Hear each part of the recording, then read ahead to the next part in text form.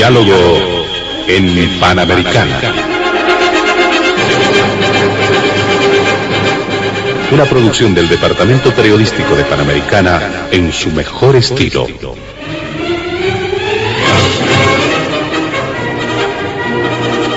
Entrevistas exclusivas sobre temas que crean expectativa general. Diálogo en Panamericana. Los sábados al mediodía y cada domingo a las 8 de la mañana. Y en trasnoche a las 24. Quedan ustedes con el staff de periodistas de Radio Panamericana.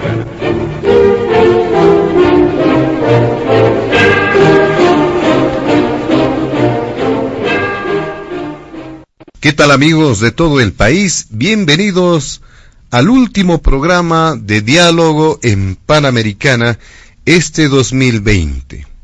Sin duda existen consideraciones respecto a distintos temas que han marcado agenda durante los días precedentes, y más allá de realizar evaluaciones o resúmenes en torno a esta gestión que concluye, lo que hacemos en Diálogo en Panamericana es darle continuidad al tratamiento de los temas de coyuntura, porque entendemos que ya la gente, la ciudadanía, tiene distintas miradas, distintos enfoques en torno a lo que ha ocurrido precisamente el año 2020.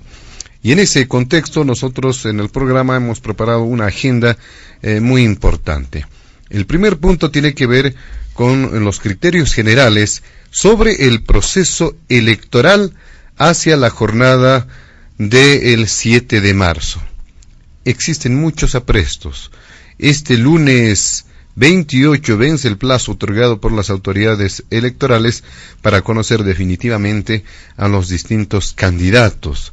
¿Será que en función de lo que está ocurriendo en nuestro país con el COVID, llegamos a esta jornada electoral? ¿Qué pasa con estos aprestos, criterios de unidad que se habían impulsado en distintas regiones, en distintos departamentos, en distintos municipios? ¿Cuál es la mirada que tienen nuestros invitados respecto a la jornada del 7 de marzo? Es el primer punto de Diálogo en Panamericana. El segundo tiene que ver con el curso de la pandemia, precisamente del COVID-19, el coronavirus, que en el caso boliviano, en varios casos en Europa, en Latinoamérica también se ha visto el rebrote de casos ante un relajamiento que se había producido, y en el caso boliviano de igual forma hay preocupación por el acelerado número de casos nuevos que se van presentando, que han vuelto a que los casos activos vuelvan a subir, reiteramos, y esto también es parte de la consideración acá en Diálogo en Panamericana, sin dejar de lado esa nueva cepa que muchos han conocido a través de las informaciones, sería el 70% más contagioso, y esto ha surgido obviamente en Inglaterra, dando cuenta de también algunas decisiones que han asumido varias naciones para controlar esta nueva cepa. Y finalmente, en el tercer punto, una perspectiva respecto al año 2021 en lo político, económico y social, un breve esbozo de lo que podría ocurrir la siguiente gestión. Estos tres puntos están agendados en Diálogo en Panamericana este 26 de diciembre, luego de haber vivido la Navidad, una jornada, una noche buena de reflexión, muchos dicen, porque se debe pensar muy bien cuál es nuestra actitud frente a los retos, en este caso de salud, que se han ido presentando en los últimos tiempos. Nuestros invitados especiales de este fin de semana están en los estudios de la emisora don Manuel Mercado, como analista y comunicador estatal. Bienvenido, después de mucho tiempo lo tenemos también acá en la emisora. También se encuentra con nosotros don José Luis Bedregal, como vocero de Soberanía y Libertad para Bolivia, Sol.o. Finalmente, al politólogo Marcelo Silva, él también está presente acá en Diálogo en Panamericana. Junto a ellos vamos a desarrollar la agenda de diálogo en Panamericana. Antes de iniciar las primeras consultas en el programa, vamos a solicitar a nuestros amables invitados evitar emitir cualquier criterio que sea considerado de racismo o discriminación en el marco de las normas vigentes en nuestro país. Iniciamos el programa con la consulta a don Manuel Mercado. Muy buenas tardes, bienvenido al programa. ¿Cuáles son sus criterios en torno al proceso electoral? Todo esto encaminado hacia la jornada del 7 de marzo. Muy buenas tardes, bienvenido don Manuel Mercado. Buenas tardes, José Luis, un saludo muy grande para los compañeros que están acá presentes en este programa y un saludo muy grande para todas las personas que nos siguen a través de esta emisora. Y obviamente lo primero, desear que todos hayan tenido una feliz Navidad y espero que tengamos todos también un muy buen año 2021 y que todos los problemas que hemos tenido que enfrentar este año que se cierra, queden en el olvido y que podamos asumir con mucha fe, con mucha confianza, con mucho positivismo este nuevo año que se acerca, ¿no? Bueno, yo creo que las elecciones que se vienen este próximo 7 de marzo tienen unas características muy especiales, ¿no? Por lo que está en juego, Estamos entrando en un proceso que va a llevarnos rápidamente a un horizonte de renovación interna dentro de todo el sistema político boliviano. Va a ser, estoy seguro, interesante analizar no solamente cómo responden los partidos grandes, tanto los que son grandes a nivel regional como los que son grandes a nivel nacional, el reto de estas elecciones internas, o en la dimensión interna, ¿no? Realmente va a ser un momento de quiebre para muchas de estas tiendas electorales, de estas tiendas políticas. Por el otro lado, creo que también está en juego el tema de el equilibrio de poder entre el MAS y la oposición, porque octubre de 2020 ha definido a un MAS hegemónico, a un MAS con una presencia nacional sumamente contundente, el 55%, creo que es fundamental leerlo desde la visión nacional, a pesar de que tiene diferencias muy notorias en la presencia a nivel regional, a nivel departamental, pero nos va a marcar también cuál va a ser la relación de poder entre el MAS y la oposición, y ver si este nuevo avance, este nuevo momento de avance del MAS llega a los espacios departamentales. El tercer elemento que creo que está en juego es un equilibrio de poderes regional. Se van a reconfigurar los liderazgos, las estructuras y las propuestas existentes dentro de cada uno de los 9 departamentos del país. Santa Cruz, La Paz, son lugares donde vamos a poder evidenciar cómo se recompone el escenario político departamental y qué grupos quedan relegados y qué grupos realizan algunos avances. El caso de Santa Cruz es quizá el más paradigmático, ¿no? Porque vamos a tener una pugna muy fuerte entre una derecha radical ascendente, y vamos a tener un escenario en el cual grandes figuras de la política de los pasados 15 años como Rubén Costas, Óscar Ortiz, ocupan nuevos escenarios o ocupan nuevas posiciones dentro de estos nuevos escenarios, ¿no? Entonces el equilibrio de poderes regional, departamental, se va a ver afectado. Por otro lado, también vamos a poder ver cuáles son algunas rutas críticas políticas que definan para su futuro los mismos departamentos. Una apuesta muy fuerte por visiones federalistas, por ejemplo, puede marcar y puede incidir no solamente en la gestión pública y la gestión política que se tenga en los siguientes años en los departamentos, sino puede marcar también el inicio o una retoma de fuerza de este tipo de líneas y este tipo de discursos, ¿no? Y finalmente vamos a poder ver un momento en el cual vamos a redefinir la forma en la que se van a relacionar gobierno central y los poderes regionales. Creo que son formas de relacionamiento que se van a ver sumamente afectadas en este escenario político que es evidentemente diferente, ¿no?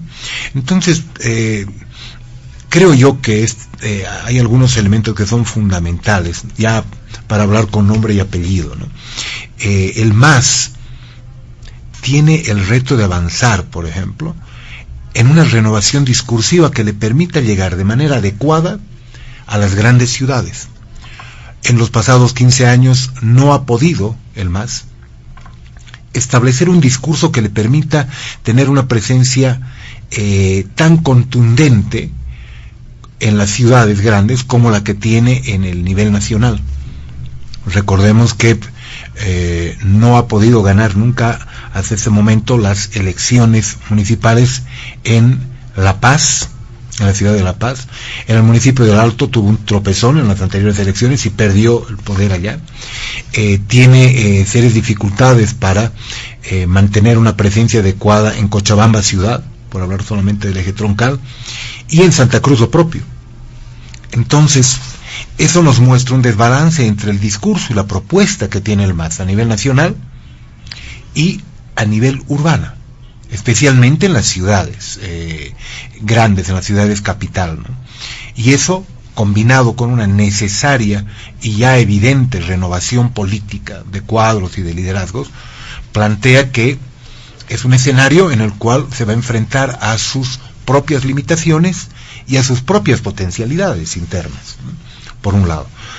Y en el caso de la oposición el tema es más complicado todavía, porque mientras el MAS tiene que optimizar sus posibilidades de avance, en el caso de la oposición vamos a ver si es que tiene posibilidades de tener un repliegue ordenado hacia lo que siempre ha sido su espacio tradicional, que son los espacios subnacionales, las gobernaciones y las alcaldías de algunas ciudades muy importantes, ¿no?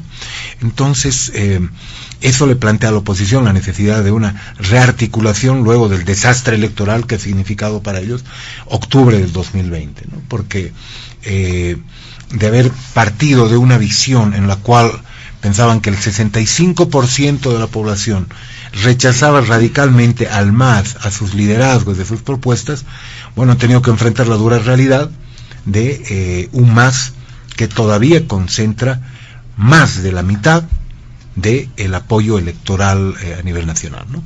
Y finalmente, para terminar esta primera pregunta, creo que va a ser muy importante revisar una institución y un concepto. La institución es el órgano electoral, que se va a enfrentar este órgano electoral a una primera elección subnacional, lo que significa retos logísticos, institucionales. Vamos a ver también cómo avanza con la consolidación de un nuevo padrón. Y esto también va a implicar la legitimación de ciertos mecanismos, ciertas visiones que en su momento han sido observados, especialmente por la actual oposición, ¿no? Entonces va a ser un momento en el cual el órgano electoral va a terminar de legitimarse y de consolidarse adecuadamente. Y finalmente es el tema de la democracia. El tema de la democracia, porque yo parto la hipótesis de que vamos a tener un proceso de irrupción desde abajo de nuevos actores. Hay una cantidad muy grande de nuevas siglas, nuevas organizaciones, quizá algunas de ellas pequeñas, pero están buscando entrar dentro de un escenario político que se muestra bastante apto para nuevas propuestas y para nuevos liderazgos, ¿no? Va a ser un reto para los partidos y los esquemas tradicionales el ver una democracia que se está abriendo, una democracia que se está fortaleciendo desde abajo. Es decir, una democracia que está logrando ser construida por la población más allá de los liderazgos tradicionales que hemos visto, por lo menos los pasados 15 años, ¿no? Y bueno, esta va a ser la segunda elección post-golpe. Va a ser la segunda elección post-golpe y vamos a tener que vivir todavía algunos coletazos de lo que ha significado este año tan complejo en lo político. Por ejemplo, el órgano electoral va a tener que definir cómo trata el caso del candidato del Movimiento al Socialismo, de César Dockweiler, ¿sí? El cual ha planteado claramente que él ha sido perseguido políticamente, por lo cual no se le pueden limitar los derechos políticos, ¿no? Entonces, creo que es otro tema también muy importante, ¿no? Muy bien. Le damos las gracias a don Manuel Mercado.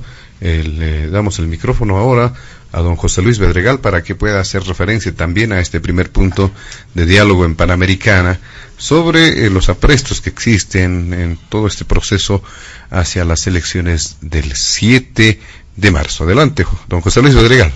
Muchas gracias, José Luis. Un gran saludo a la familia de Panamericana, a la audiencia a lo largo y ancho del país y a quienes siguen a esta prestigiosísima radio a lo largo del mundo para mantener su nexo con nuestra querida patria. Una felicitación y los mejores deseos por el nuevo año, el 2021, que sea de lejos un año mejor que el que estamos cerrando y que nos traiga esperanza y mejor vida para todas las familias en nuestra querida y amada Bolivia. Un saludo también a Manuel Mercado, a Marcelo Silva, que nos acompañan hoy y que me permiten el privilegio de intercambiar criterios en esta mesa. Bueno, en primer lugar, hay que dejar claro, pues no ha habido golpe en Bolivia, ¿no? No podemos seguir intentando engañar a la población, porque si hubiera habido golpe, entonces, querido Manuel, hay que procesar a todos los diputados y senadores del MAS, comenzando por la expresidenta del Senado, Eva Copa. ¿Por qué no la procesa el MAS? Si así parte del golpe. Porque el primer poder del Estado en este país es el legislativo, no es el ejecutivo. Y el primer poder del Estado ha funcionado, ha trabajado y ha gobernado durante esos meses que el gobierno constitucional transitorio ejerció sus funciones. Promulgaron leyes, elaboraron proyectos, han hecho un sinnúmero de cosas de la mano de ese ejecutivo. ¿Por qué? Porque hubo una transición constitucional, buena o mala, esa es otra discusión, pero no podemos seguir intentando tergiversar la verdad, tergiversar la historia, porque entonces terminamos mal el año y comenzamos mal el año. Y esa mala práctica de estos sectores del masismo que intentan mentirle a la comunidad internacional, que intentan mentirle a sus aliados y a sus acólitos fuera del país, pues no tiene ningún asidero en Bolivia, porque en Bolivia, querido Manuel, todos sabemos pues lo que ha pasado. Sabemos que Evo Morales renunció y fugó, se escapó. No, nadie le ha hecho golpe. Sabemos que la senadora Copa, los diputados y demás asumieron el control del Parlamento y como estábamos en un estado constitucional, pues aprobaron las leyes que les dio la gana. El Poder Judicial continuó trabajando, controlado, por supuesto, por los magistrados puestos por el masismo, como si nada hubiera pasado. El Tribunal Constitucional, elegido y posicionado por el masismo, continuó trabajando con absoluta normalidad. Y por supuesto el Legislativo continuó con su rodillo, ¿no?, aprobando leyes y trancando las que podían haber beneficiado en su momento al pueblo boliviano. Así se desarrolló ese gobierno constitucional de transición y en ningún momento hubo golpe de Estado. ¿Hubo violencia? Sin duda alguna, que es además parte del deterioro de nuestra democracia, alimentado justamente por este tipo de razonamientos, que lo que no hacen es respetar la institucionalidad y lo que no hacen es respetar la verdad, y tratan de distorsionar y confundir a la gente. Hay una frase que repetía mucho Fidel Castro. Fidel es un hombre que ha inspirado a varios sectores del masismo, sobre todo a Evo Morales, que lo tenía como a su gran líder. Un hombre de Estado, sin duda alguna, y un hombre que ha hecho historia, sin duda alguna, Fidel Castro. Y él decía, Manuel, una frase muy sabia: se puede engañar a todo el mundo una parte del tiempo. Se puede engañar a una parte del mundo todo el tiempo, pero no se puede engañar a todo el mundo todo el tiempo. Y creo que el MAS tiene que recordar esa frase que repetía con tanta sabiduría don Fidel Castro Russo. Bueno, entrando en materia, este proceso electoral que va a concluir con las elecciones del 7 de marzo, nos encuentra en un escenario marcado por una dramática debilidad institucional. Dramática. Que nos va a llevar a un proceso electoral donde sus actores, sus instituciones, tienen serios problemas. Vamos a ver. El órgano electoral plurinacional, cuyo conglomerado de leyes, en lugar de profundizar la democracia, de permitir la participación ciudadana, lo que tiene es un entramaje jurídico legal que lo que hace es impedir la participación de la gente, porque esa ley aprobada en la pasada gestión lo que hace es mantener y profundizar el monopolio de los partidos políticos para la representación y la participación del ciudadano, impidiendo de esta manera que quienes no quieren ser parte de los partidos puedan ser parte de los procesos electorales. Gracias a eso, hoy tenemos siglas que en la práctica, en la vida real, no existen, ¿no? PAMBOL, FPB, bueno, tantas siglas que no tienen vida orgánica, no tienen ideología, no tienen visión de país, programas de gobierno, sus candidatos hoy están en una sigla, mañana están en otra, etcétera, etcétera, es decir, no son partidos, son simplemente siglas que, para colmo, no sabemos cómo han conseguido su personería porque nadie jamás los vio recolectando firmas, ¿no? Pero sin embargo las han sacado muy rápidamente y de manera bastante extraña, pero que además hoy son objeto de puesta a la venta, alquiler e incluso anticrético, aunque no lo crea la audiencia, ¿no?, de estas pequeñas siglas.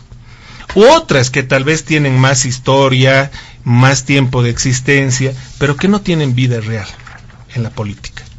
Pero esas siglas están ahí para el mejor postor. Qué terrible, porque eso le hace mucho daño a la democracia, porque eso distorsiona la democracia y distorsiona los canales de participación ciudadana. El otro elemento que debilita al órgano electoral plurinacional es justamente las dudas sobre el padrón, que han tratado de ser resueltas, creo que con esfuerzos ponderables, ¿no?, pero que no termina de ser lo suficientemente transparente para un momento y una coyuntura donde la tecnología, y esto lo saben muy bien Manuel y Marcelo, la tecnología brinda todas las posibilidades de tener acceso al padrón electoral para tener la certeza y la seguridad de confiar en el mismo. Puede ser que incluso sea confiable, pero lastimosamente la sensación que hay en la población y en los actores políticos es que todavía hay dudas sobre el padrón, y eso no es bueno. Insisto, tal vez a pesar incluso de los esfuerzos encomiables de los miembros del Tribunal Supremo Electoral. Es un tema que no se termina de resolver. Y el otro elemento que lo he tenido que comentar al principio, es muy vinculado, a lo que he comentado al principio, es el tema del fraude electoral montado en 2019. Un fraude innegable, un fraude descarado, un fraude electoral orquestado desde las entrañas mismas del poder, donde varios ministerios se vieron implicados en este fraude, donde aparecieron sistemas, computadoras, servidores, material electoral, o en instituciones privadas, en casas, o en órganos, en instituciones públicas. Además de un informe hasta ahora no refutado de organismos internacionales, cuestionados por los amigos del exterior de Evo Morales, pero no refutados técnicamente ni legalmente. Y era responsabilidad del órgano, y es responsabilidad del órgano electoral plurinacional, pues esclarecer lo que pasó con el fraude. ¿Quiénes son los responsables? ¿Por qué había servidores que no correspondía que existan? ¿Por qué habían accesos irregulares a la base de datos del Tribunal Electoral? ¿Quiénes son los responsables? ¿Dónde están las sanciones? En tanto no se cierre ese capítulo del fraude electoral, claro, porque seguramente las condiciones políticas hoy no lo permiten, el órgano electoral va a seguir arrastrando esa cruz sobre sus espaldas, porque no ha hecho lo que la Constitución y su propia normativa le exigen hacer, en el ánimo de velar por la democracia. El órgano electoral y sus actuales vocales tienen una deuda pendiente con la democracia y el pueblo boliviano, y es el esclarecimiento independiente e imparcial respecto a las responsabilidades de los hechos acaecidos en 2019. Y eso le genera debilidad institucional. En el otro lado, también encontramos lo mismo, lastimosamente.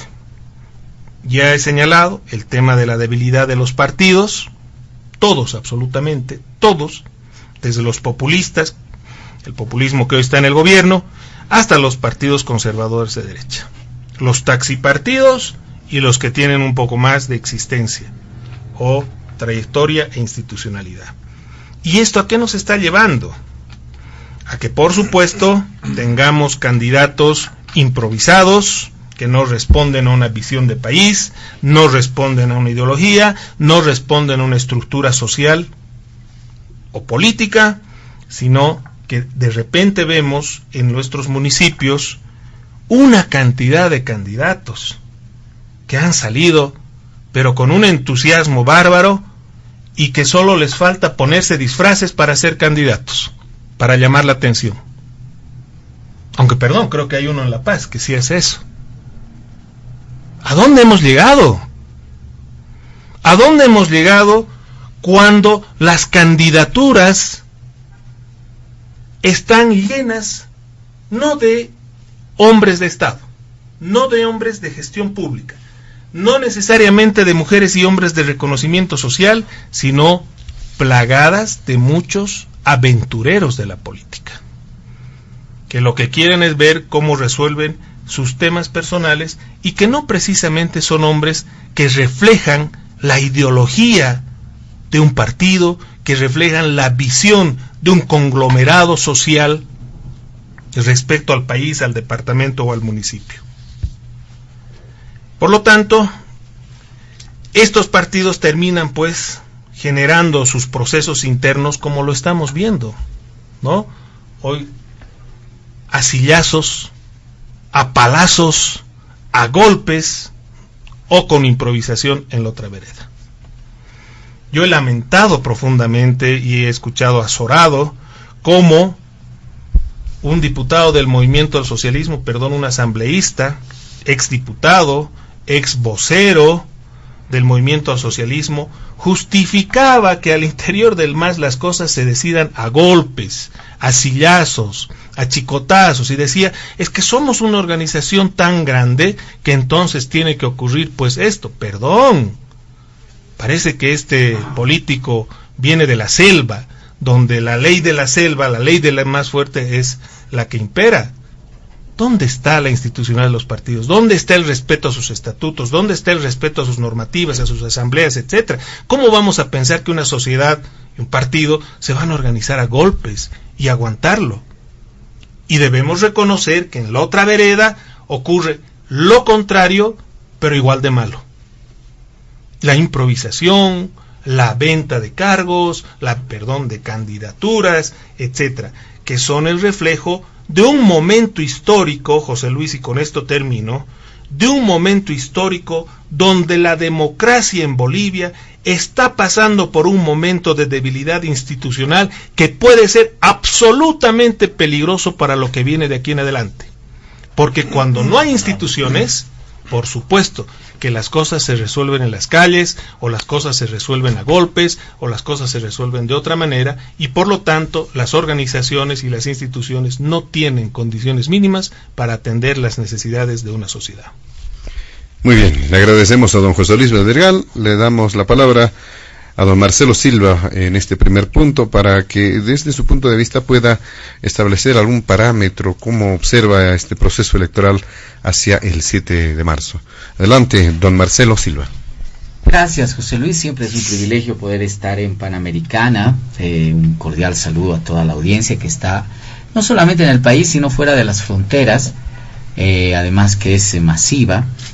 Quiero saludar con mucho afecto a los bolivianos que nos escuchan y por supuesto desearles que el 2021 pueda ser indudablemente un año mejor, ¿no?, para todos.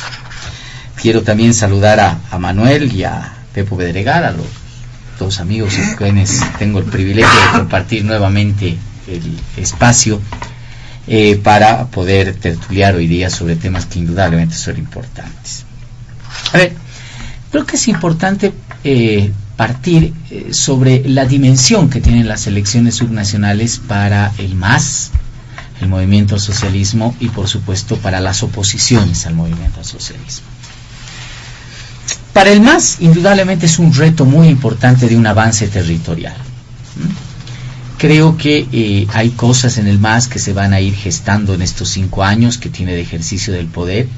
Es nuevamente la reproducción de ese poder, y esa reproducción del poder está en base, por supuesto, una de las patas fundamentales de esa posibilidad es el espacio territorial, el avance territorial que se tiene.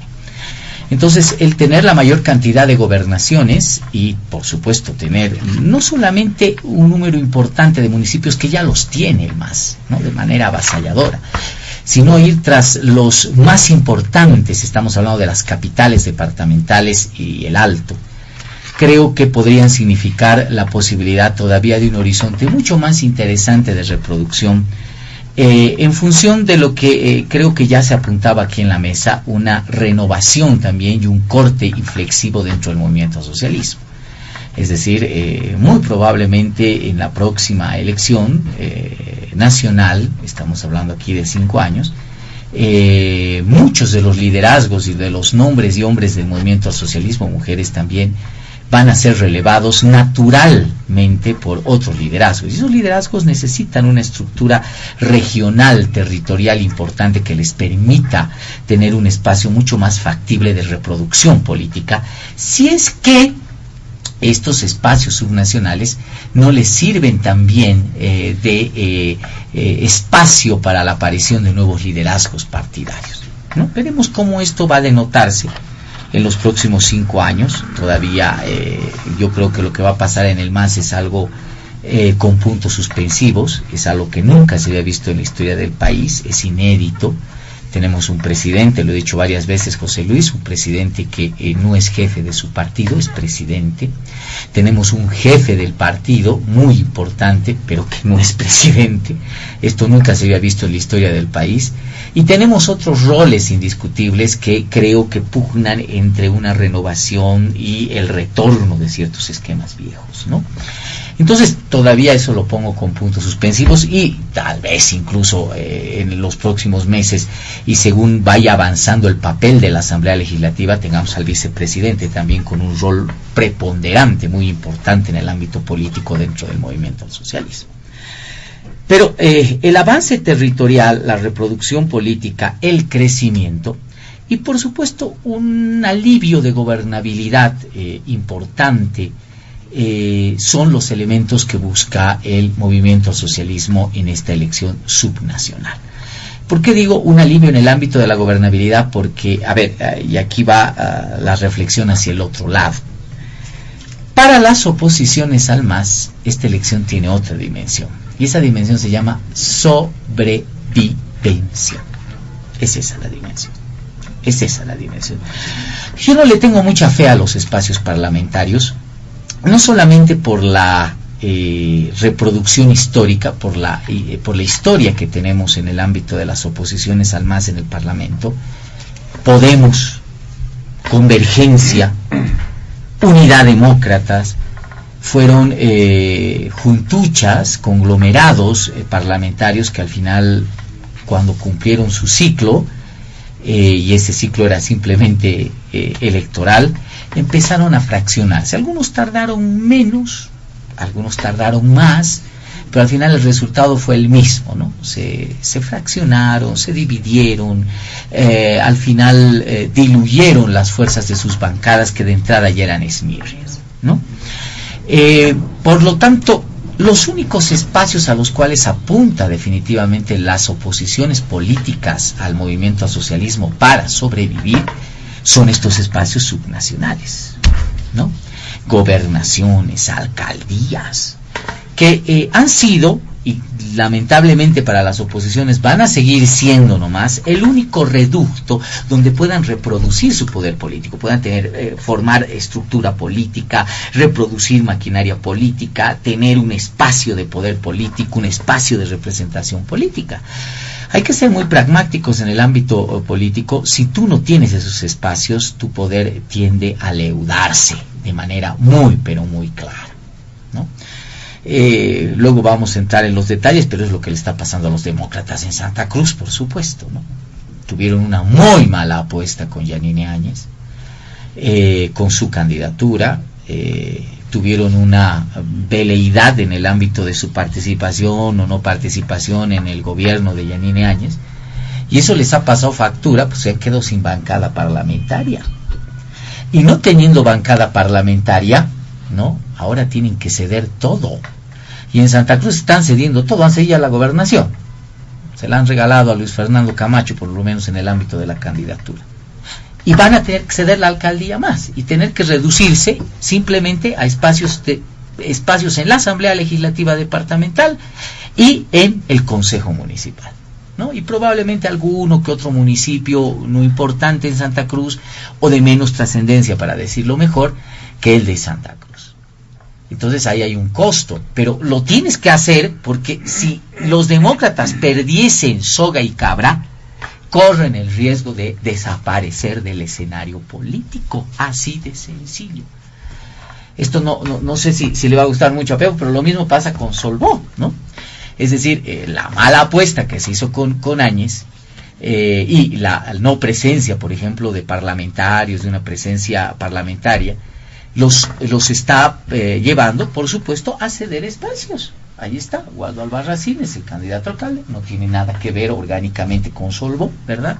Se reducirán simplemente a tener espacios en el Consejo Municipal, y habrá que ver si se pueden entroncar en un proyecto para la gobernación y tener representación en la Asamblea Legislativa Departamental. Hay que cederlo, ¿no?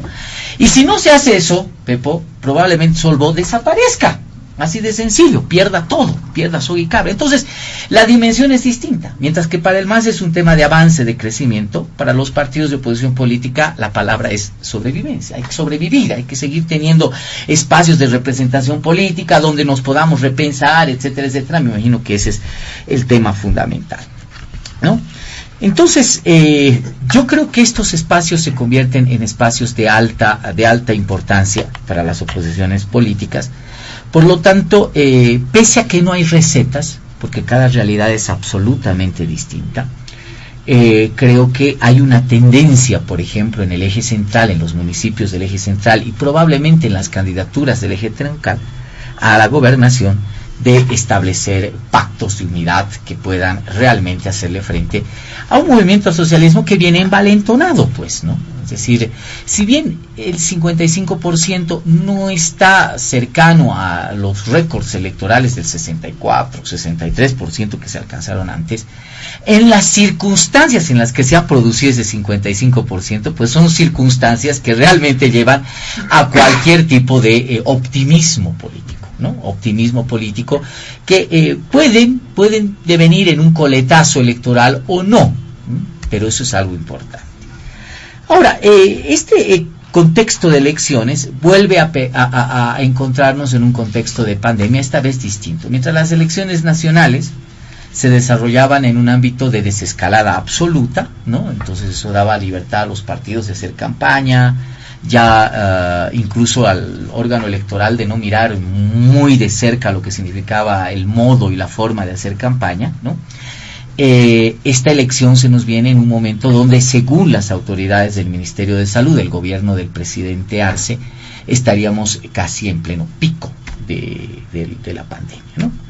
Era muy difícil creerle al anterior gobierno, porque cada vez que había una fecha de elecciones, entonces ponían el pico, ¿no? Más o menos la idea era, dime cuándo van a ser las elecciones, yo te diré cuándo va a ser el pico de la pandemia. Pero esta vez me parece que teniendo un ministro de las características del doctor Pozo, que todos lo conocemos, hay razones como para tenerle algún tipo de credibilidad, aunque me parece que esos tiempos pueden acelerarse mucho más. Podríamos estar en un pico, luego vamos a hablar de eso, más o menos a mediados de enero o a fines de enero, realmente un pico muy alarmante en el ámbito del crecimiento de casos, si es que no se toman determinaciones de políticas públicas. Es en ese contexto también que estas elecciones subnacionales tendrán que entrar al menos en una acción mucho más fuerte del órgano electoral, por ejemplo, en algo que yo había pedido en el anterior proceso electoral, que era una reglamentación de campañas, ¿no? Ahora ya no se podrá, como se hizo en la elección nacional, ¿verdad?, hacer una campaña electoral muy discrecional, ¿no? Por lo menos si eso coincide con el tema del pico. Creo que el ámbito de la fecha de elecciones, algo que usted mencionaba, José Luis, no tendría que moverse en un principio, porque ya los bolivianos hemos aprendido a hacer elecciones con normas de bioseguridad, etcétera, etcétera, y quieras o no, por mucho que las cosas suban, no creo que vuelva a haber una cuarentena rígida. No la ha vuelto a ver en el mundo, no la ha vuelto a ver en el mundo. Entonces parece que ese no es el camino en el ámbito de políticas públicas. Para finalizar este vistazo, esta foto a lo que viene en el proceso electoral, indiscutiblemente lo que vamos a ver ahora y a continuación es un afán de buscar candidaturas indiscutibles hacia las alcaldías y a las gobernaciones, pero se están descuidando de un detalle que me parece importante, y es de que la elección para asambleístas departamentales y la elección para concejales municipales es independiente a la de los alcaldes. Entonces los partidos políticos y los frentes tendrán que preocuparse mucho también, por lo menos en el ámbito municipal, de presentar listas muy atractivas y altamente competitivas para los consejos municipales. No solamente resignarse al ámbito del candidato a alcalde. El candidato a alcalde puede ser pero muy bien colaborado por una muy buena lista de concejales municipales. Lo tenemos en experiencia, especialmente en el municipio de La Paz, lo tenemos en otros municipios donde cuando se hace una buena lista de concejales, ayudan al candidato. Y al revés, cuando tú tienes una lista muy mala de concejales o de concejales que están designados de alguna manera arbitrariamente o que no tienen representación, el candidato a alcalde tiene que jalar con esa lista y a veces le cuesta jalar esa lista, ¿no? Estos son algunos elementos que indudablemente quiero mencionar, así como una foto. Seguramente profundizaremos más en los siguientes minutos.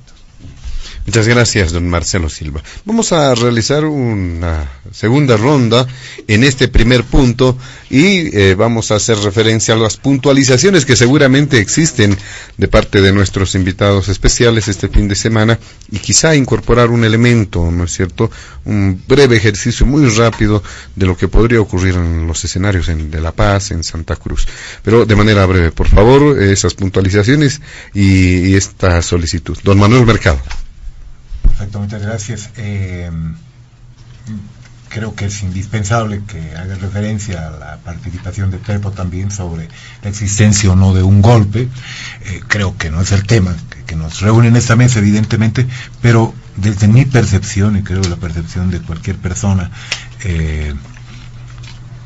la aceptación de condiciones, encañonado, perseguido, amenazado,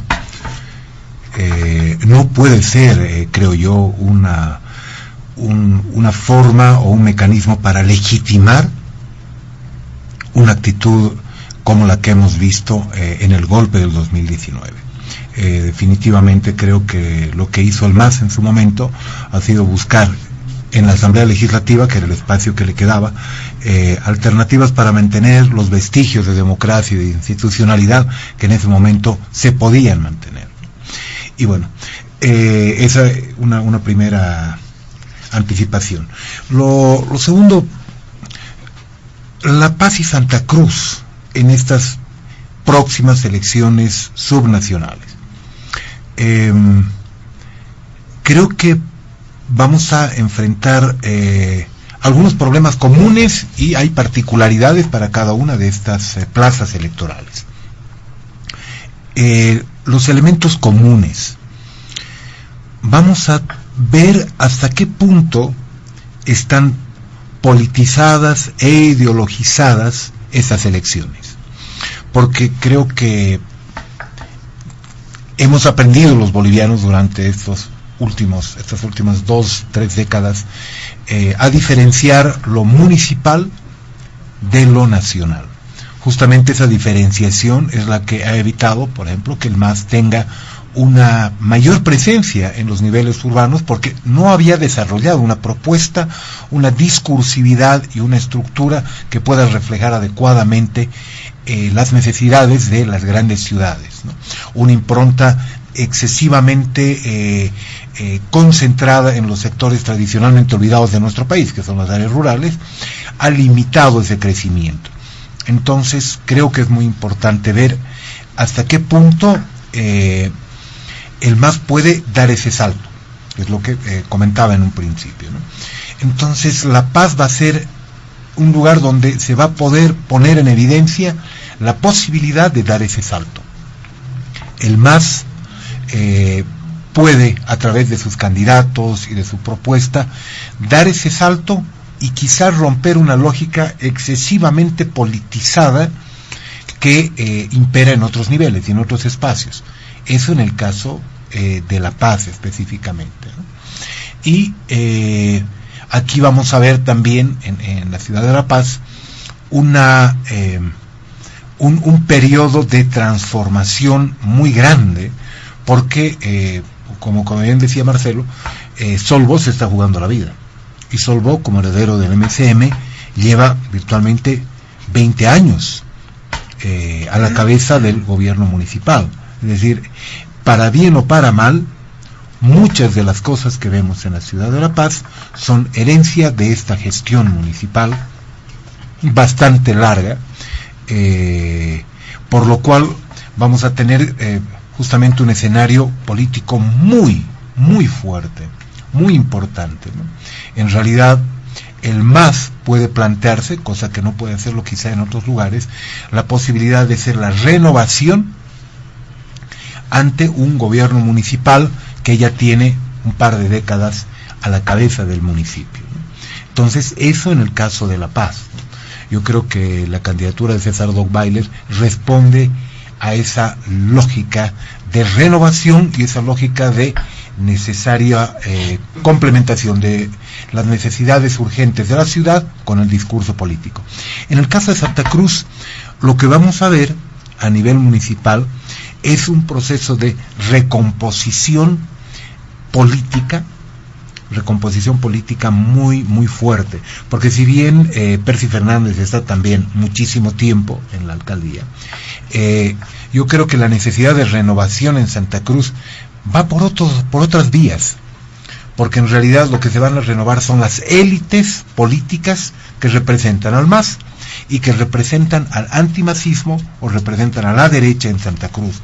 Es decir, la politización de la elección, tanto municipal como de la gobernación en Santa Cruz, va a ser mucho más evidente, va a tener connotaciones mucho más fuertes, y vamos a tener virtualmente no sé si es excesivo plantearlo así, pero vamos a tener dos procesos de renovación simultáneos en la izquierda y en la derecha en Santa Cruz, con un telón de fondo de las elecciones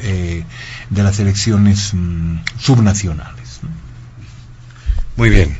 En este mismo contexto, don José Luis Bedregal, algunas puntualizaciones y también quizá emitir algunos criterios sobre casos específicos a nivel nacional. Bueno, coincido plenamente con Manuel en el hecho de que en este nuevo escenario político, donde se va más bien tal vez terminar de pintar, para no decir un nuevo escenario político, terminar de pintar el escenario político con las elecciones subnacionales. Las razones que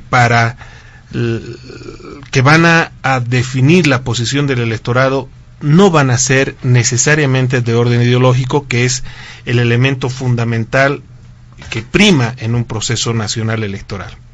En este caso van a ser razones de otra índole, sin descartar esta, por supuesto, que también tiene su peso, y que creo que en el caso del movimiento al socialismo, como fuerza hegemónica en este momento en el escenario político nacional y en esta etapa histórica contemporánea, todavía juega un rol importante. O sea, hay gente que vota por el color, va a votar azul, no importa quién sea el candidato, va a tener un factor, va a tener un peso, eso es innegable.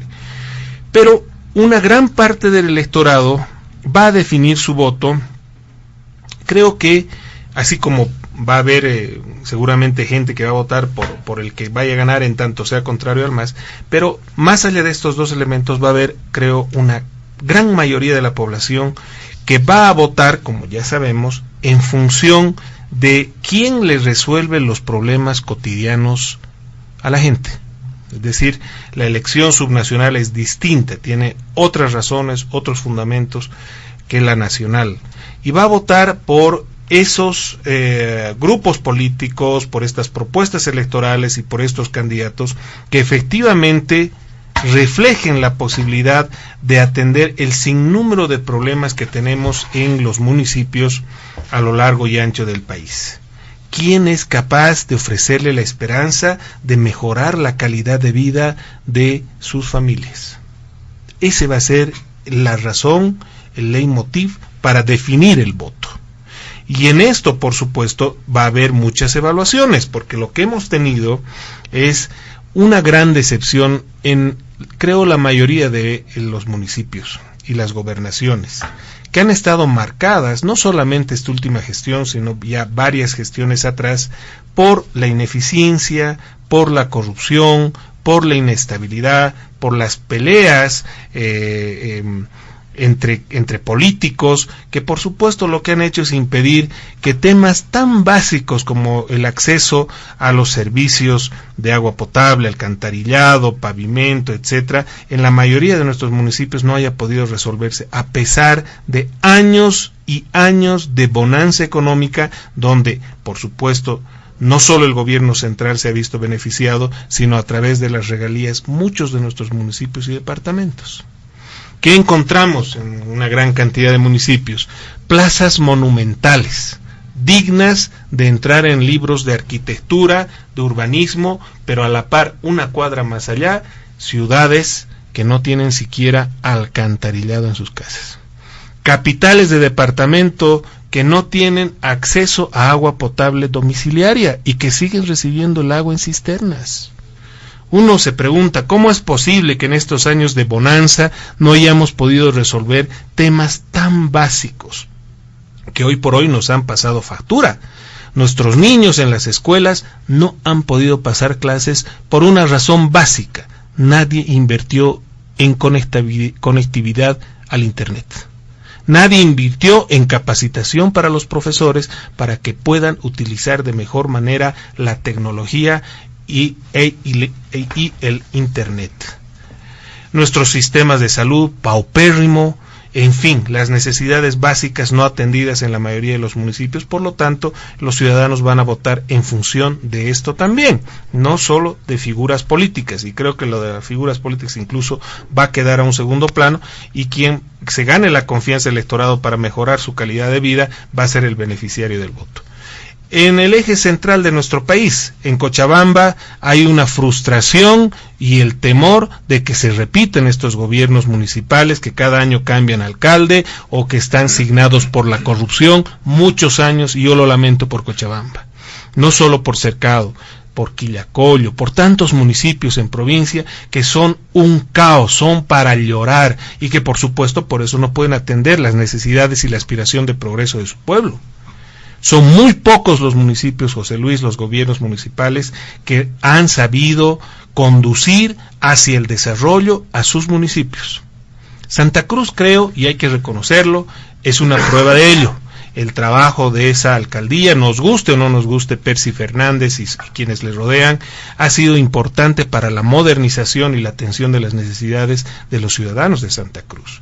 Y nosotros, como Soberanía y Libertad, nos sentimos profundamente orgullosos de lo alcanzado, de lo logrado aquí en La Paz, porque creo, sin duda, o no creo, estoy sin la menor duda seguro de que hemos alcanzado un liderazgo en desarrollo urbano formidable, que no solamente es digno del reconocimiento y la admiración de los bolivianos que visitan La Paz, sino que además es objeto de la admiración y de premios internacionales sobre el desarrollo urbanístico que tenemos aquí en La Paz. Lo mismo en el desarrollo humano. Lastimosamente, el que La Paz sea un escenario político de confrontación y de lucha nos pone una traba para ser también líderes en el desarrollo económico, y eso habrá que resolverlo entre todos los niveles de gobierno que habitamos aquí en La Paz. Pero queda claro que es una gestión exitosa que está marcada por ello que mencionaba en la primera ronda, la primera intervención, la institucionalidad lograda a lo largo de todos estos años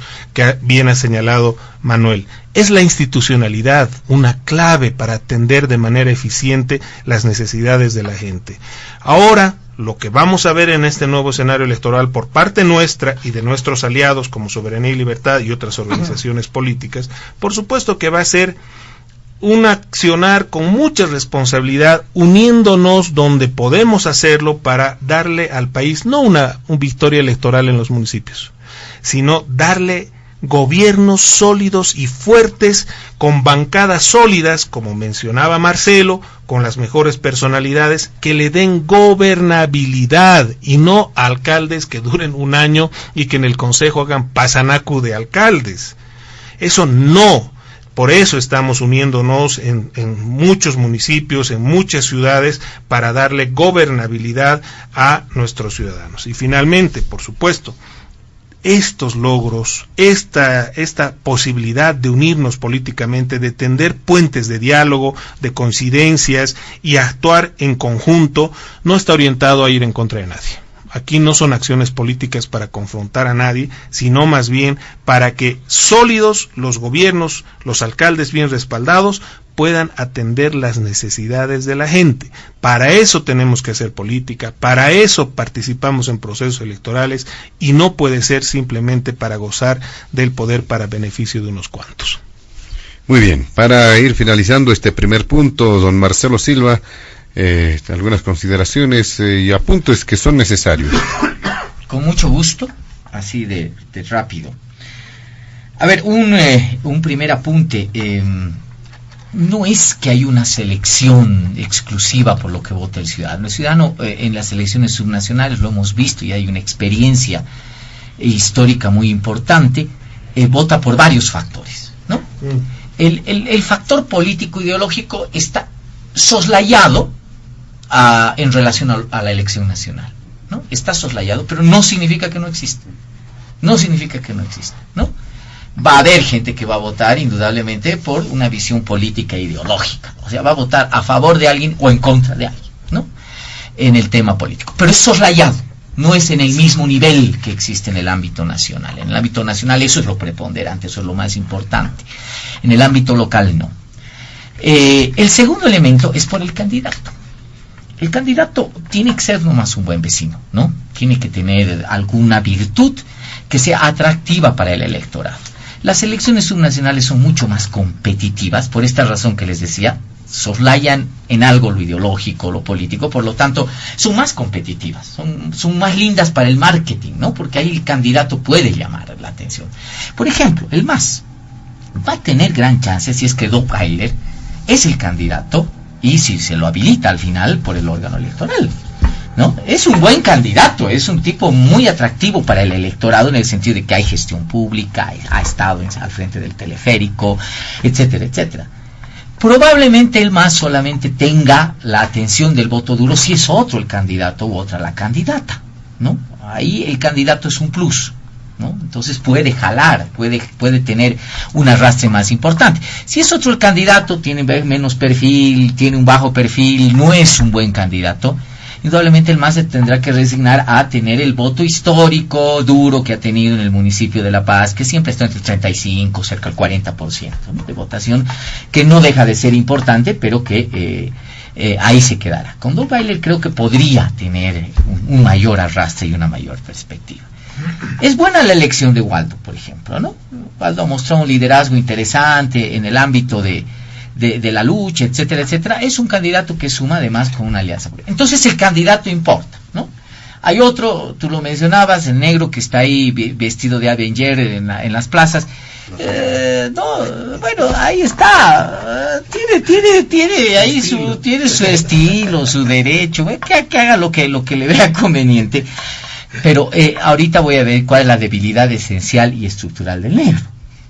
¿Cuál es la tercera cosa por la que vota el ciudadano en la elección municipal? Programa. Y aquí el programa sí es importante, más que en las elecciones nacionales. ¿Saben por qué? Porque los gobiernos municipales gobiernan sobre lo cotidiano, sobre lo más cercano al ciudadano. Impuestos municipales, vialidad, tráfico, basura. ¿Saben hasta por qué las discusiones que han tenido los consejos municipales de Eje Trincal? Las caquitas de los perros, hasta ese es un tema que por supuesto es tema de atribución y competencia de los gobiernos municipales. Entonces ahí, si tú tienes una buena propuesta municipal coherente, ¿verdad?, entonces puede pegar.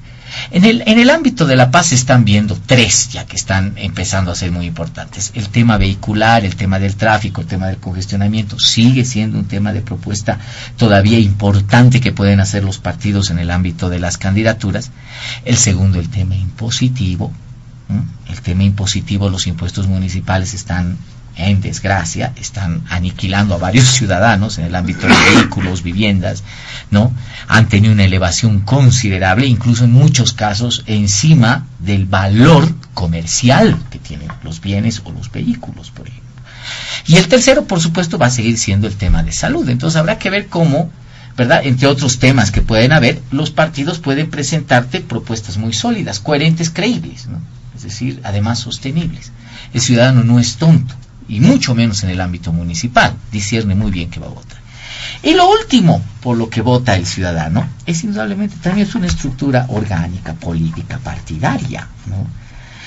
Pueden haber aventureros, se ha dicho acá reiteradas veces, que quieren, ¿no? O sea, pueden haber unos freelance, free spirit, ¿verdad?, que quieran ser candidatos y demás, y están en su derecho absolutamente político, constitucional.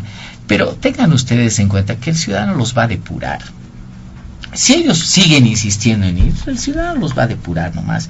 Porque el ciudadano al final ve y dice, señores, es muy simpático, tiene un lindo discurso, lo que quieran, pero ¿qué me garantiza detrás? Gran acierto de la campaña del movimiento al socialismo, ¿no? Mostrarse con algo que es evidentemente viable, además un candidato que le puso énfasis a la economía, etcétera, además ¿con qué? Un brazo, ¿no? Mucha gente tiene temor también a votar por la aventura, ¿no? Hay que reconocer eso, el voto en ciertos lugares es bastante conservador.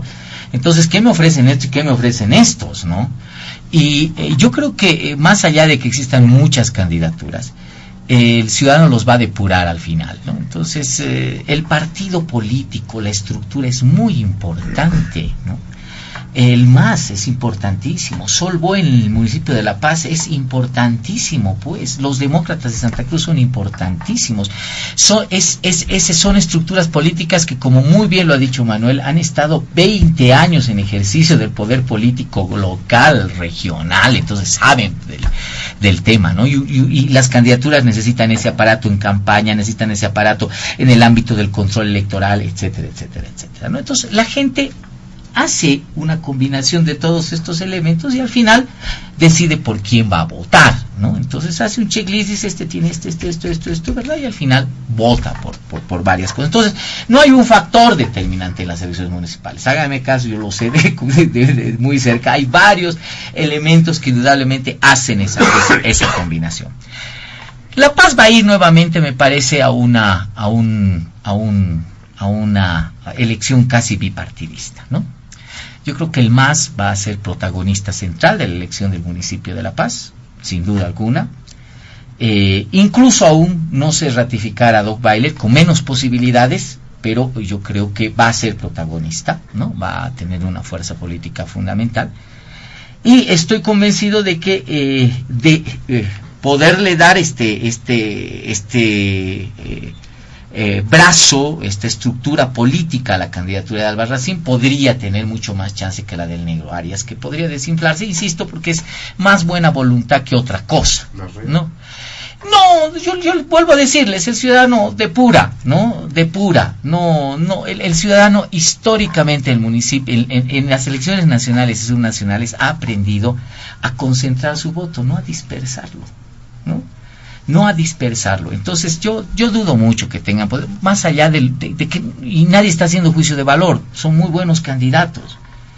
Pero al final el ciudadano va a decir, voy a votar por este o por este, porque estos son los que mejor me ofrecen y estos son los que son más viables en el ámbito de la elección. Y eso va a pasar. La anterior elección aquí en La Paz, Pepo, Manuel, fue un solito de entre el MAS y, bueno, no un solito, un dúo entre el MAS y Solvó, ¿verdad? Los demás partidos, que hubieron 3 o 4 más, no sacaron ni siquiera un concejal ni nada. La única vez que alguien incomodó ahí fue Omar Rocha con Unidad Nacional, indiscutiblemente, ¿no? Tal vez el Negro esté jugando a eso. Yo quisiera ver quién es el primer candidato a concejal por la tienda del Negro, que podría convertirse probablemente en el concejal de oro en algún momento, y puede ser parte de la estrategia política también de alguno de los lados, ¿no? Entonces habrá que ver quién es ese primer concejal. Pero ese es el tema. Santa Cruz apunta a otra cosa. Mientras que en La Paz es sobrevivir como sea, ¿verdad? En Santa Cruz no. Santa Cruz quiere consolidar un poder regional. Todos van con Camacho. Demócratas van con Camacho. Santa Cruz somos todos, va con Camacho. Creemos, va con Camacho. E indudablemente lo que buscan es que Camacho se convierta no solamente en el gobernador de Santa Cruz, sino en el gobernador probablemente que gane con mayor amplitud y con mayor contundencia en Bolivia, y eso le permita tener no solamente un liderazgo de representación política, sino un liderazgo político. Hay gobernaciones y gobernaciones, no se pueden comparar, pues, ¿no? La de La Paz, por ejemplo, que es un sándwich entre la alcaldía, el gobierno central, ¿verdad? A la de Santa Cruz, que es autónoma, que prácticamente es un reinado chiquito, ¿no? En su región, es muy poderosa dentro de su región, ¿no? Entonces, y además tiene espacios de irradiación política que son Beni, Pando, Tarija, a veces, ¿no? Entonces, eso es muy importante.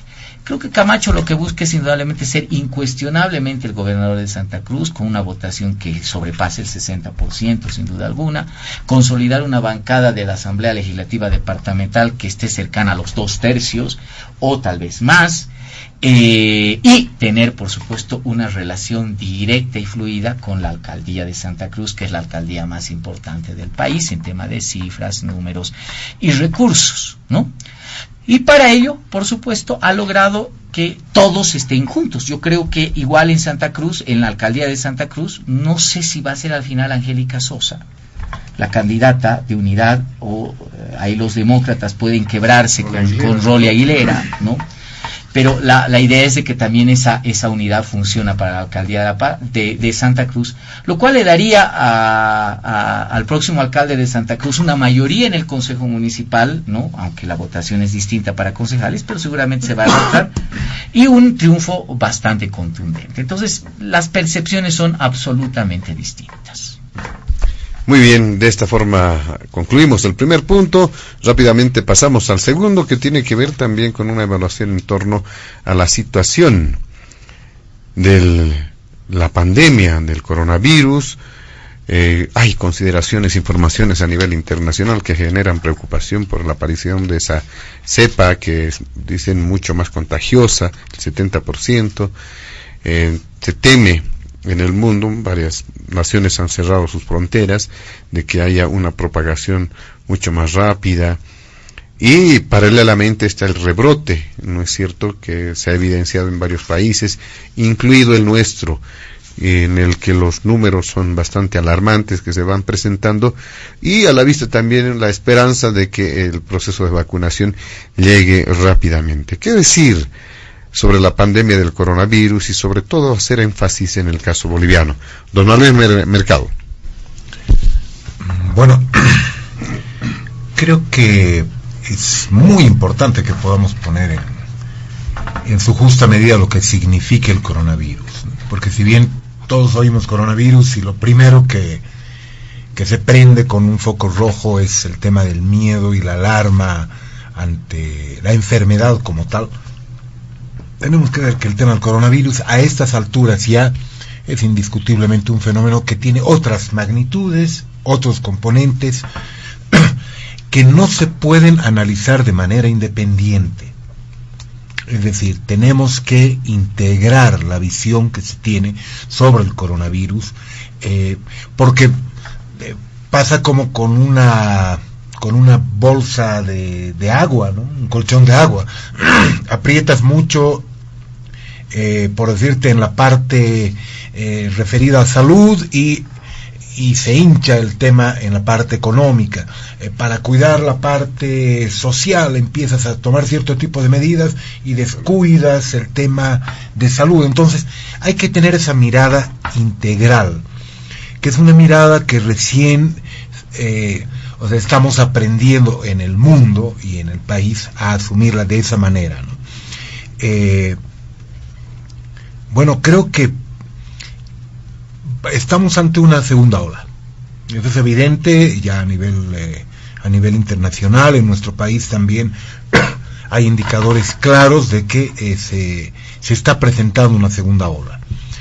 Fines de enero, mediados de febrero, no sabemos exactamente cuándo se va a dar.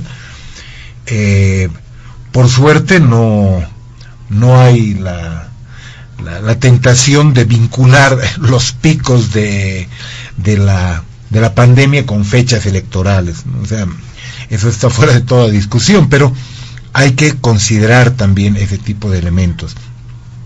Pero este pico va a marcar y va a poner mucha presión sobre el Estado especialmente, pero no únicamente. Esa presión de la pandemia la va a sentir la economía en general, las empresas, todo el aparato productivo que tenemos, la población en su diario vivir definitivamente, y es necesario tener, por ende, una visión mucho más integral. A mí lo que me parece adecuado, y ahí no voy a esconder ni el acuerdo que tengo con el gobierno del presidente Luis Arce, ni el desacuerdo con la forma en la cual se ha gestionado la primera ola de la pandemia, es que ya hay medidas concretas. Hay medidas concretas que evidentemente pueden parecer en algunos casos insuficientes, pueden parecer inclusive alguna gente hubiera querido que sean mucho más rápidas, pero hay medidas concretas.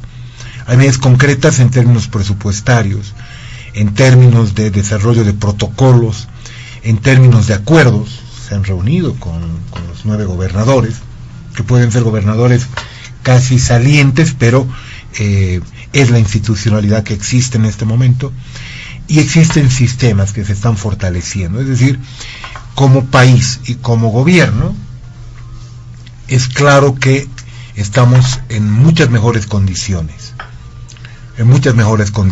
Eso implica que podamos tener optimismo, nunca nos va a golpear con menor fuerza, con menor virulencia esta pandemia, sino que vamos a poder responder de una mejor manera ante esta situación.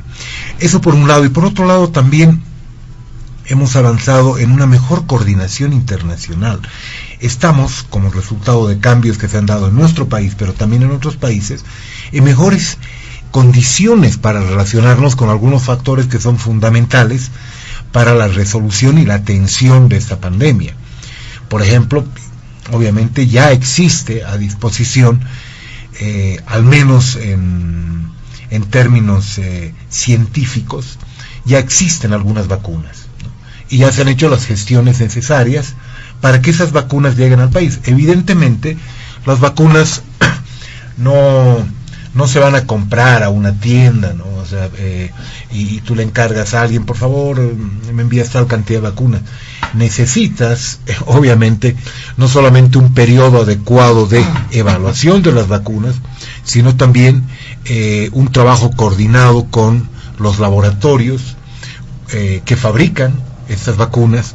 Tienes que ver cuáles de esas vacunas cumplen mejores, de mejor manera las condiciones y que se ajusten a las características de nuestro país, pero tenemos un entorno internacional que en cuanto a la provisión de vacunas, que ya se ha anunciado, van a estar acá en el país el primer trimestre del 2021, van a poder ayudarnos, ¿no? Y además existen buenas relaciones con la mayor parte de los países de los cuales provienen estas vacunas. Hay un mejor relacionamiento con países que son fundamentales, como Argentina, por ejemplo, ¿no? Para organizar todo lo que son los flujos migratorios, todos los flujos de personas. Hay una buena relación también con la Unión Europea, que eso también nos ayuda bastante. Y viendo más allá, también tenemos, más allá del tema de salud, actualmente en la presidencia de la Asamblea Legislativa del Parlamento Andino, y desde ahí se han impulsado algunos elementos y algunas medidas muy importantes para esos otros componentes que también son fundamentales para tratar esta segunda ola de la pandemia. Ya se habla de medidas para negociar el alivio a la deuda, por ejemplo, de manera coordinada con los países del Pacto Andino. Vamos a poder negociar también de mejor manera con los países vecinos cierto tipo de medidas conjuntas que no tienen que ver exclusivamente con el alivio de la deuda. Es decir, creo que tenemos condiciones mucho mejores para enfrentar esta pandemia. Evidentemente, también tenemos una bajada en la tensión política, lo cual va a permitir que la población pueda de manera más organizada participar de manera activa y de manera mucho más confiada dentro de las líneas y los lineamientos que se definan como políticas de gobierno. Muy bien. Le damos paso ahora a don José Luis Bedregal para que pueda dar cuenta también de este segundo punto que tiene que ver con la pandemia, la forma en cómo se está presentando, y hacer énfasis obviamente en el caso boliviano. Bien, si me permites una puntualización muy rapidita. Bueno, reiteraba Marcelo de manera repetida que para el caso de Soberanía y Libertad, la elección subnacional es de sobrevivencia. No lo veo así, estimado Marcelo, porque es un escenario natural de reproducción del poder. En eso estamos, ¿no? Que es lo propio, lo que tienen que hacer los partidos, ¿no? Pero además, sabiendo que este proceso electoral para Solvo va a ser el primero en que presenta candidatos en Potosí, en Oruro, en Chuquisaca, en Tarija, en Beni y en Cochabamba, lo que para nosotros marca un paso importante, cuantitativo y cualitativo, porque vamos a tener ahora legisladores locales en estos departamentos, prácticamente en 7 de los 9 departamentos. Por supuesto, no cabe la menor duda que la paz es fundamental y esencial para Soberanía y Libertad. Y la segunda puntualización es que el MAS tendrá que buscar candidato en La Paz. El MAS no tiene candidato todavía para La Paz, porque uno de los nominados, designados, no sé, por el expresidente Morales, no cumple los requisitos legales o constitucionales para ser candidato. Por lo tanto, tendrá que buscar todavía candidato y veremos a quién logran encontrar. Bueno, respecto a la pandemia, estamos pues con un curso de la pandemia muy peligroso, preocupante, porque lo escuchaba atentamente a Manuel, de que estamos en mejores condiciones, pero el momento de señalar cuáles son esas mejores condiciones en esos factores que señalas, querido Manuel, ninguno es pues sustancial. O sea, el hecho de reunirse con gobernadores que están de salida será pues un paso, un procedimiento, un proceso que es obligatorio para tratar de coordinar, pero no es ningún resultado, y eso no nos genera para nada en ninguno de los departamentos mejores condiciones para la atención de esta segunda ola. El hecho de que haya mejores relaciones con organismos o con otros países, tampoco, porque en la concreta lo que está ocurriendo es que el gobierno sigue evaluando. Eso ha dicho el vocero del presidente, el señor Richter. Evaluando a estas alturas, evaluando cuando los hospitales están colapsados. ¿Qué se ha hecho todo este tiempo para proveer de más camas cuando sabíamos que se venía esta segunda ola? Sabíamos que de todas formas nuestros hospitales, no solamente para el COVID, tienen una cantidad deficitaria de camas, de equipos, de personal en los 9 departamentos. ¿Qué hemos hecho para mejorar esta situación? Nada. Los hospitales nuevamente ahora están colapsados con enfermos. Es el caso de La Paz, es una muestra de que no se ha hecho nada. Las cifras de contagio están trepando. ¿Qué hemos hecho para prevenir esto? No hay fecha para la llegada de vacunas a nuestro país. México y Chile ya han recibido sus primeros lotes. Nuestra viceministra de Salud, el gobierno del presidente Arce, dice van a llegar el primer cuatrimestre, ¿no? Ojalá. ¿Cuándo será eso? Cuando nuestro vecino Chile ya está recibiendo su primer lote.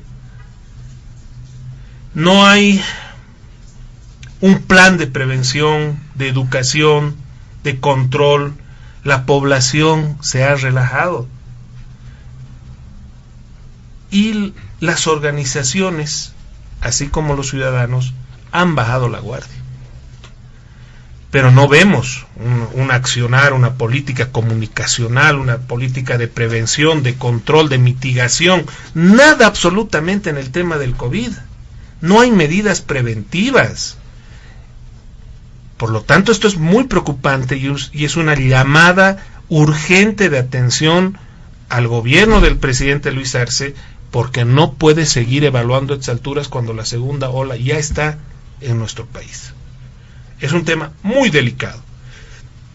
Y aquí lo que tenemos que hacer es que todos los niveles de gobierno de nuestro estado, necesariamente, sabiendo que hay una demanda económica que trata de ser resuelta o al menos mitigada con las fiestas de fin de año, se tiene nomás pues que tomar medidas para proteger la salud de la gente. Hemos abierto los estadios de fútbol a las hinchadas. Hemos comenzado a desarrollar un sinnúmero de actividades que lo que hacen es poner en riesgo y viabilizar el contagio de la población.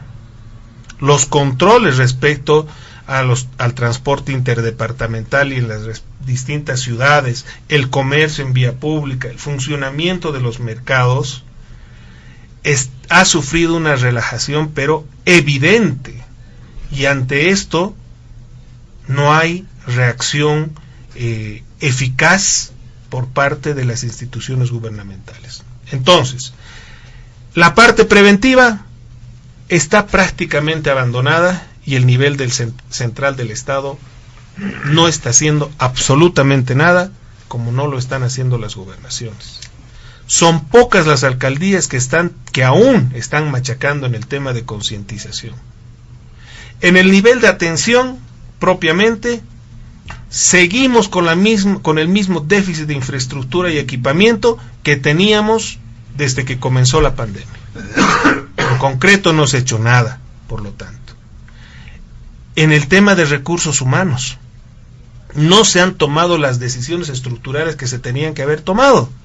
Ahora es que las gobernaciones nuevamente están buscando recursos para contratar, seguramente otra vez por 3 meses, lo cual es realmente reprochable, a personal de salud por tiempo limitado, en pequeños contratos de pocos meses, lo cual es una barbaridad.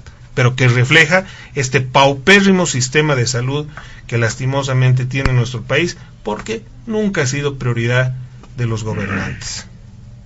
Ahora bien, ¿qué viene? Nuevamente la escasez de medicamentos, porque si no, yo quiero saber, y el pueblo quiere saber, ¿qué está haciendo el gobierno para prevenir la escasez de los medicamentos como ya nos ocurrió? Queremos saberlo, porque al parecer no está haciendo nada, o sea que otra vez vamos a vivir esos momentos de angustia. ¿Qué pasa con los centros de salud? En La Paz se ha tenido nuevamente que preparar a los centros de segundo nivel, que no deberían ser para esto, pero que están sirviendo para atender no solo a Ciudad de La Paz, sino a todo el departamento, para que sean nuevamente centros COVID. En los otros municipios, en la gran mayoría, no se están tomando medidas. ¿Qué va a pasar incluso con las difunciones? Otra vez vamos a tener problemas con los cementerios, qué trágico. Pero aquí no hay acciones. Y lo que nos corresponde ahora es hacer un llamado serio, sereno, pero firme al gobierno nacional a tomar medidas concretas de inmediato. Deje de evaluar, señor ministro. Este ya es un momento de acciones, porque si no, vamos a tener los dramáticos días que ya hemos sufrido y no es justo para el pueblo.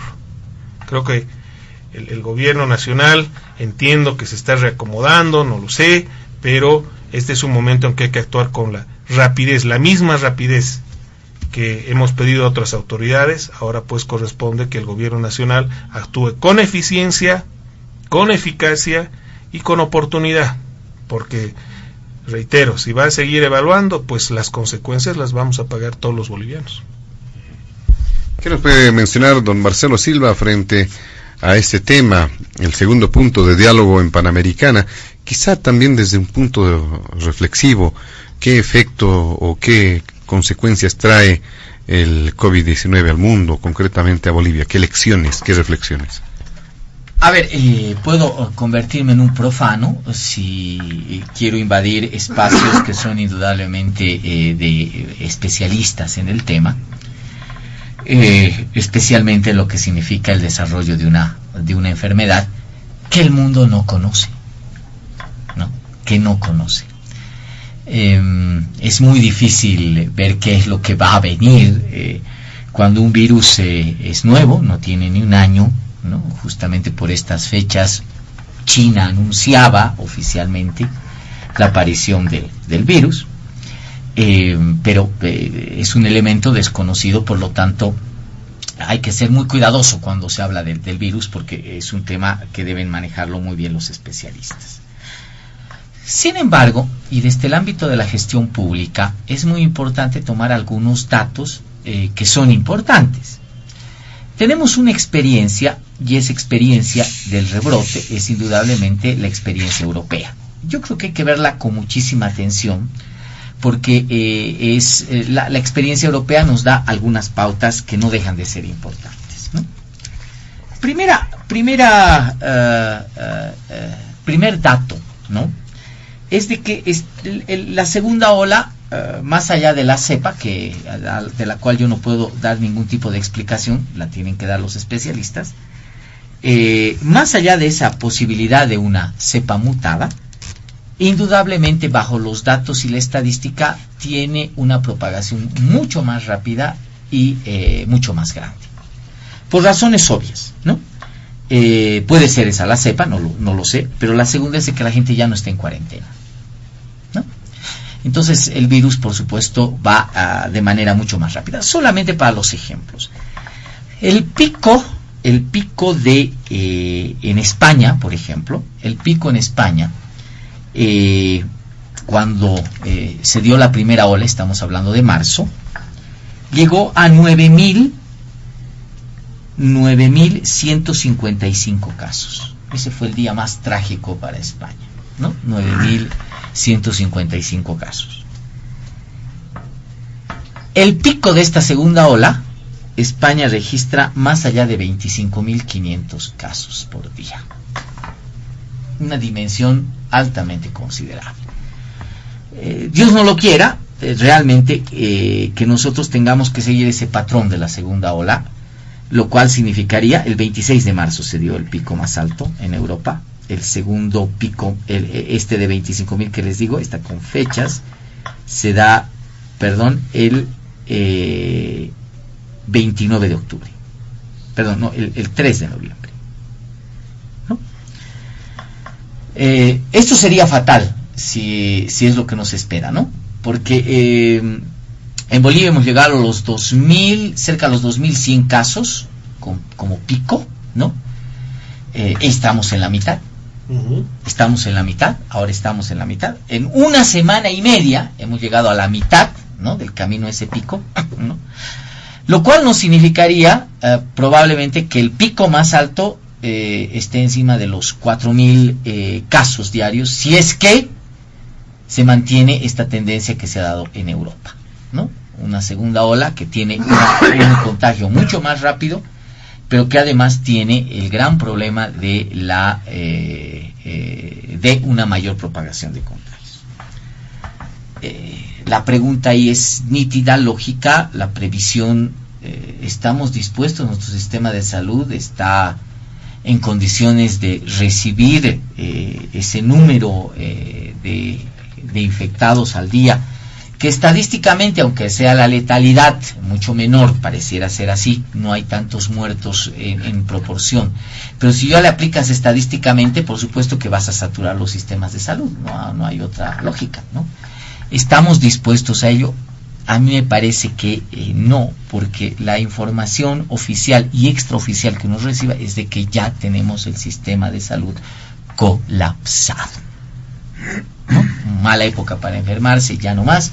Muchos esperaban que pueda ser en enero, el ministro de Salud decía en febrero, ¿no? Ya de entrada ya es mala época, ya no hay unidades de terapia intensiva en los mayores, en la mayoría de los centros de salud, ¿no?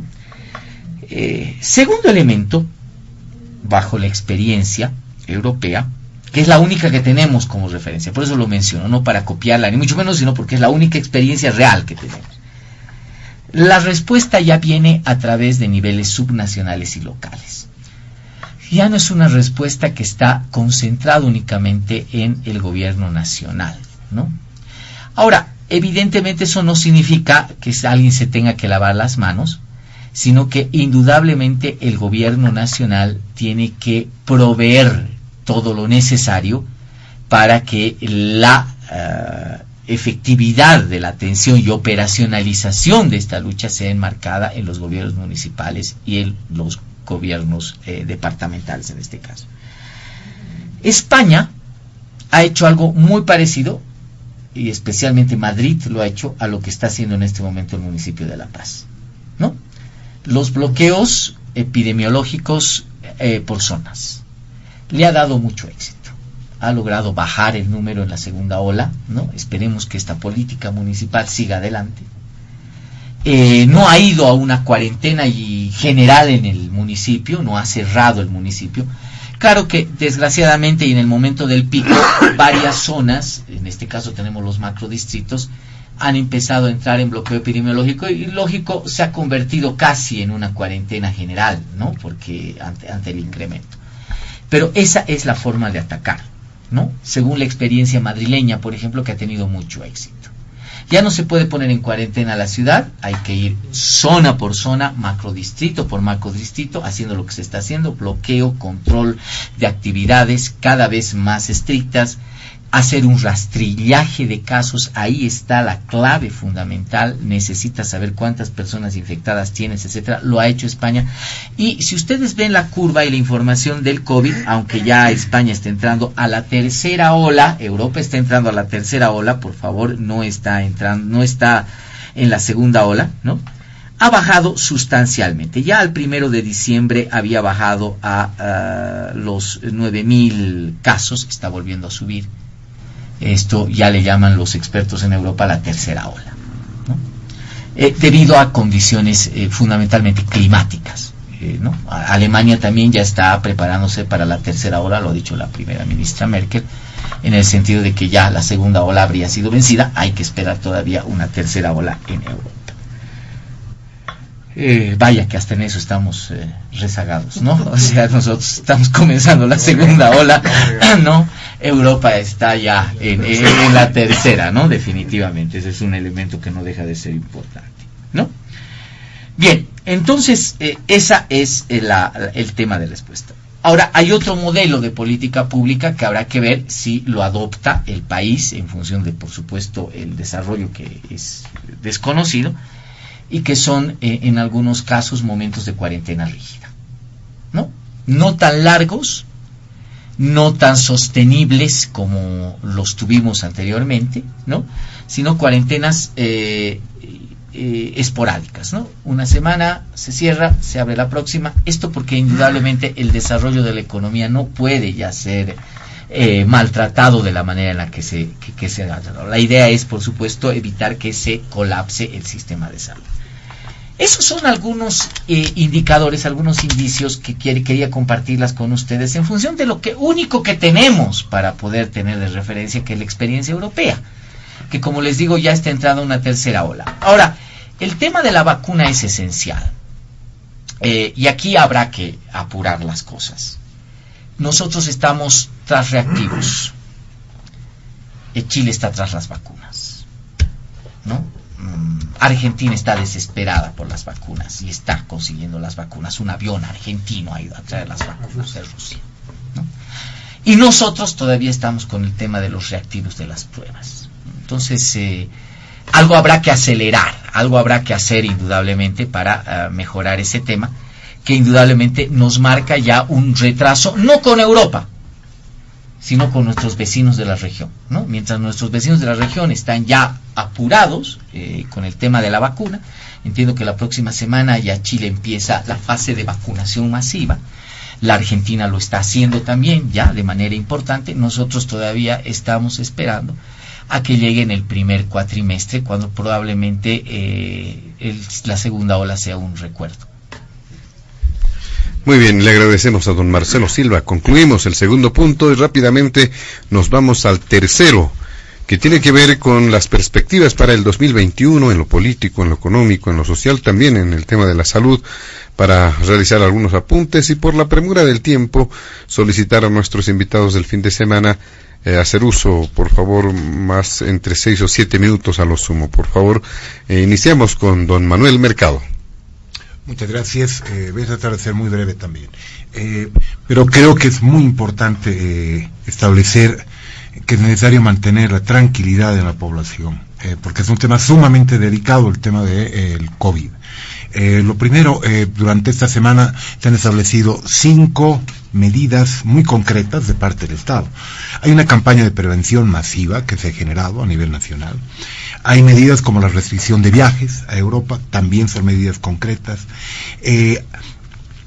Ya están camino al país más de 2 millones de pruebas gratis, ¿sí?, de las cuales en los próximos días están llegando las primeras 40.000 pruebas, y después llegan en los primeros días de enero también otras 150.000 pruebas. Entonces hay medidas concretas. También las vacunas, como comentábamos, están encargadas, y obviamente habrá que buscar, como todos los países, mecanismos para acelerar la llegada de estas vacunas, las cuales de todas maneras están garantizando que se vacune a la totalidad de la población boliviana mayor de los 18 años. Y finalmente se han establecido también mecanismos de control de precios de medicamentos para que no caigamos en lo que hemos tenido que sufrir unos cuantos meses atrás, ¿no? Y por otro lado también ha sido bastante claro el ministro y el viceministro de Salud, que han descartado el colapso de los hospitales y las unidades de terapia intensiva, ¿no?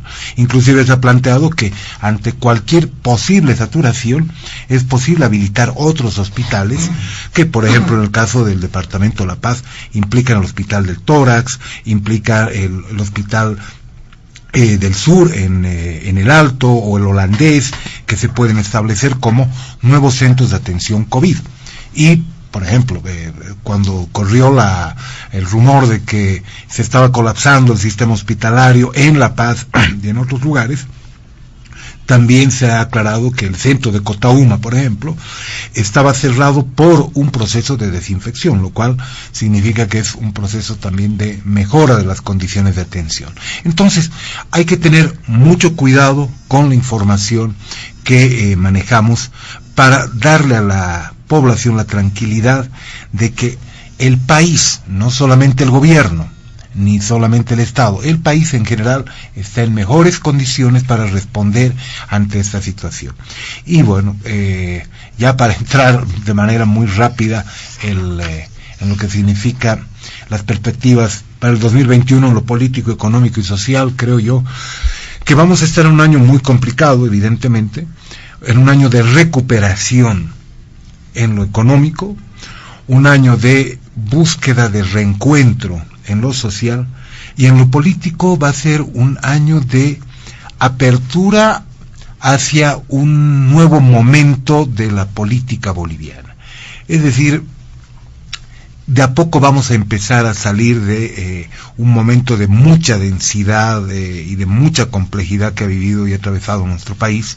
Es decir, hasta cierto punto hemos tocado fondo en muchos temas, y creo que podemos esperar este 2021 de manera un poco más tranquila, mucho más optimista, pero teniendo en cuenta que es necesario que existan niveles de coordinación en los niveles políticos, en los niveles estatales, y que haya también una predisposición social. Creo que ese va a ser un factor fundamental para buscar que cualquier tema político, cualquier dificultad económica que tengamos que enfrentar, que la vamos a enfrentar, podamos hacerla en condiciones en las cuales la población esté abierta a no llegar a puntos de enfrentamiento ni de conflicto. Suficientes muertes hemos tenido el año 2020, 35 muertes en diferentes acciones violentas de parte de las Fuerzas Armadas. Entonces creo que necesitamos tener una actitud diferente como sociedad para este año 2021. Don José Luis Bedregal, para ver el último punto, por favor, a los unos 7 minutos. Sí, bueno, es un escenario bastante complicado, no solamente por ya las tensiones políticas que no han sido resueltas lastimosamente con el proceso electoral de octubre, sino que son tensiones que continúan y que van a seguir, y yo soy insistente con el tema de la ausencia de institucionalidad, porque eso nos genera un escenario muy riesgoso, peligroso. Ojalá que tomemos conciencia para entender que entre todos podemos construir mejores instituciones, y eso pasa por el diálogo, pasa por el consenso, pasa por los acuerdos, los pactos, y no dejar de creer esto de que la democracia con pactos se desvaloriza. Al contrario, pues la democracia en base a los pactos y a los acuerdos muestra la madurez de una cultura política que valora la democracia a partir de los diálogos, los disensos, los consensos, el ceder y el dar, en fin. Pero a esto se va a sumar, por supuesto, una situación económica cada vez más compleja por el tema del COVID, donde hay que tomar medidas. Un ejemplo es el caso de La Paz, donde Luis Revilla, el alcalde de la ciudad de La Paz, ha señalado con absoluta contundencia de que no va a haber mayor flexibilización en horarios de circulación ni para el comercio, porque entendemos la demanda de los distintos actores económicos, pero también tenemos que hacer un equilibrio con la defensa de la salud y la vida de la gente, y creo que esta es una medida importante que debiéramos tomar en todo el país, porque de esa forma nos vamos a proteger mejor. Es importante que el trabajo conjunto entre los distintos niveles del Estado permita pues atender mejor las demandas en términos de salud de la gente, para no entrar en un escenario que se vaya haciendo cada vez más complejo que el que ya tenemos. Creo que vamos a vivir un escenario electoral donde las campañas electorales van a ir en contra de lo que estamos hablando ahorita. O sea, lastimosamente van a incrementar la posibilidad de contagio, van a acelerar el tema de contagio, y aquí hay que tener mucha claridad. La responsabilidad ciudadana tiene que activarse, no podemos esperar que sean solamente los organismos gubernamentales quienes asuman las consecuencias de nuestros actos como ciudadanos.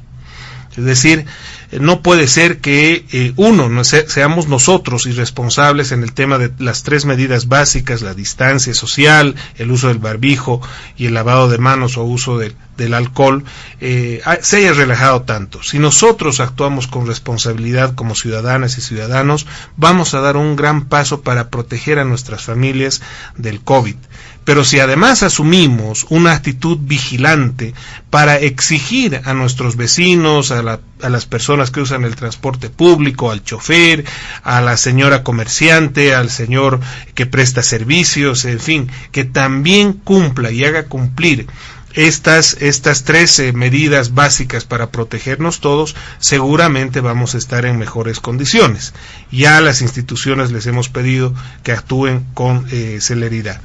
Entonces, la recuperación económica, por supuesto que va a ser lenta, va a ser paulatina. Tenemos que salir de esta segunda y de esta tercera ola, y una vez que salgamos airosos de esta pandemia, vamos a tener mejores condiciones para reactivar nuestra economía. No va a ser sencillo, pero no va a ser tampoco la primera vez que los bolivianos afrontemos una situación económica compleja. Sabemos salir de estos problemas, lo vamos a hacer nuevamente, y por supuesto lo que precisamos es actuar con mucha responsabilidad para que, en lo político, elijamos autoridades serias, elijamos autoridades responsables, que tengan un equipo técnico serio, responsable, que sea capaz de atender desde los problemas de la pandemia hasta la generación de empleo, que va a ser la principal preocupación de nuestras familias, y por supuesto generar mejores condiciones de vida para el día a día. En lo económico, lo que nos queda es que se tomen medidas en el orden macroeconómico que posibiliten un escenario favorable, que se tomen medidas responsables al respecto, y que podamos de esta forma reactivar nuestra economía. Y en lo social, reitero, José Luis, debemos trabajar definitivamente en actuar con responsabilidad. Debemos actuar con responsabilidad en este tema esencialmente de la pandemia, actuar con responsabilidad en todas las áreas en general, pero de una forma activa, de una forma en que exijamos a nuestra comunidad que todos, absolutamente todos, seamos responsables, porque en tanto existan sectores que desmerezcan la virulencia de esta segunda ola, pues entonces nos ponen en riesgo absolutamente todos. Creo que es una oportunidad para que los bolivianos encaremos una nueva forma de ver las cosas, de que encaremos este 2021 con mayor responsabilidad, que les enseñemos también a nuestros hijos con el ejemplo de que debemos ser ciudadanos y ciudadanas responsables. Yo concluiría con esto, estimado José Luis. Muchas gracias, don José Luis Bedregal. Le damos paso ahora a don Marcelo Silva en la última intervención del programa. Bueno, da la obligación de ser optimista, ¿no? El 2020 ha sido un año muy difícil, muy complejo. El 2021 casi, y esto va más como deseo que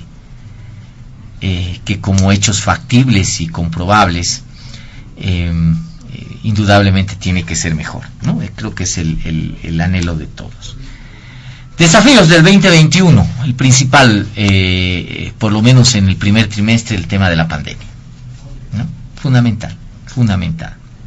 Y toda la colateralidad que tiene la pandemia. Yo recuerdo una entrevista del exministro de Salud, Aníbal Cruz, ¿no? Y decía que la primera prueba de fuego del gobierno de Luis Arce Catacora va a ser precisamente la segunda ola.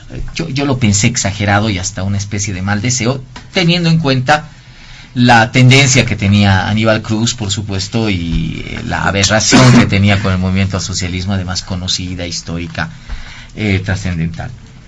Pero mira, se cumplió el hecho, ¿no? Creo que este es el primer desafío. Todos pensábamos que era la economía.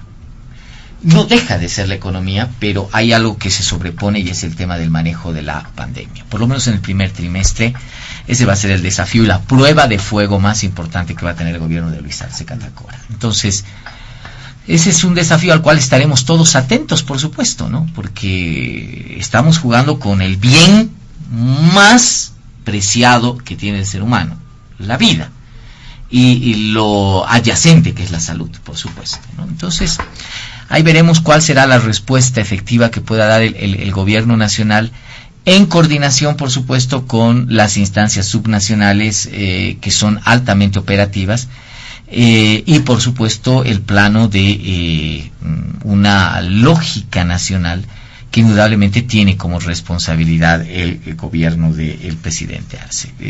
Le deseamos todo el éxito del mundo, ¿no?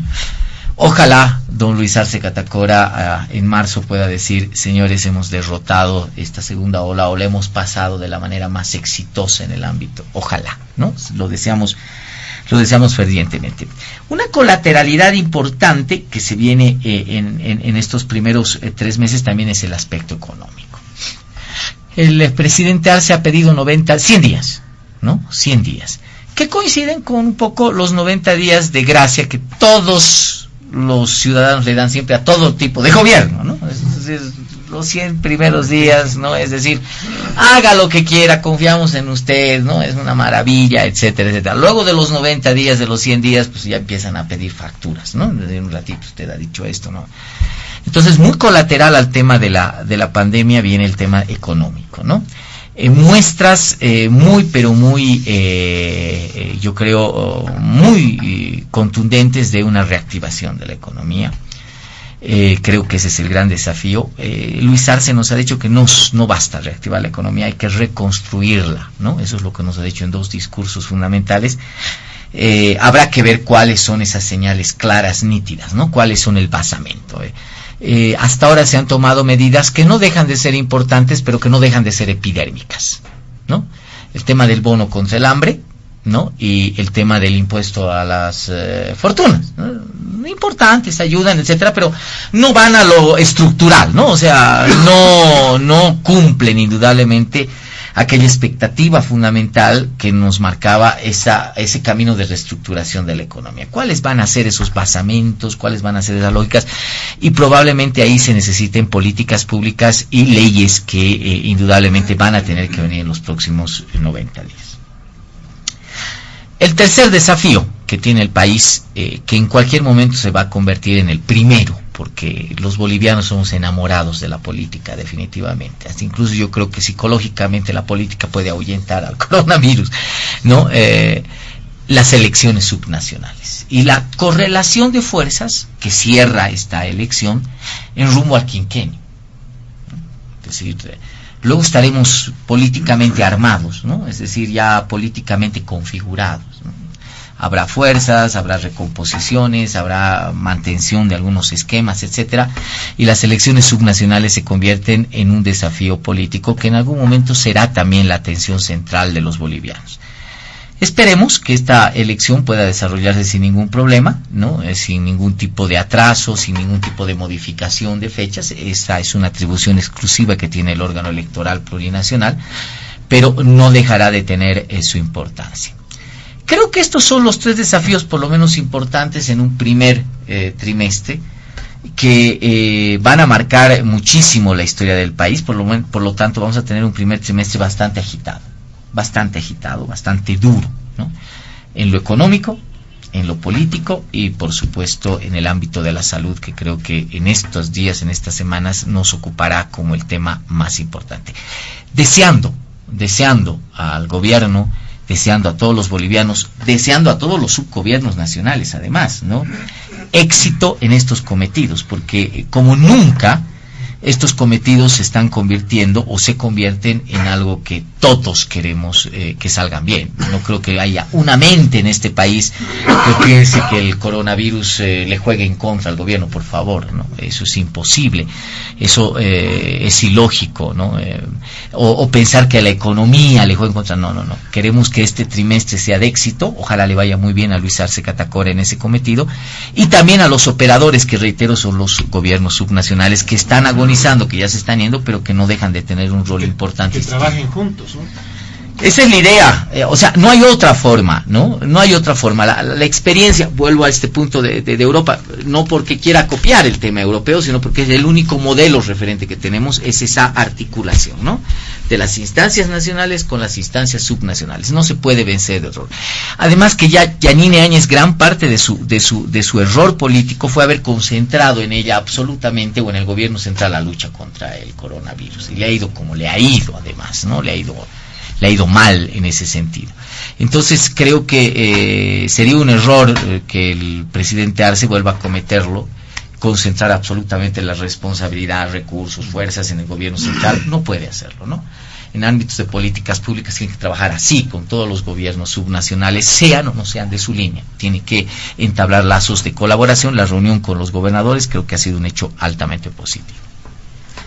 Muy bien, de esta forma, amigos de todo el país, llegamos a la finalización de Diálogo en Panamericana, el último programa de este 2020, y ustedes han podido notar una característica distinta, intentando mantener esa continuidad del tratamiento de temas de coyuntura, y obviamente en el marco y en el estilo de Panamericana.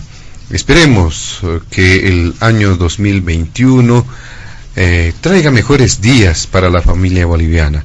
Esperemos que haya superación a los grandes problemas que está atravesando el país, también el mundo, con este tema del coronavirus, y obviamente una recuperación en el ámbito económico para que la familia boliviana pueda reencaminarse a un buen derrotero para todos los bolivianos, y en esa perspectiva encaminar al país precisamente en esa perspectiva, mejores días para la nación.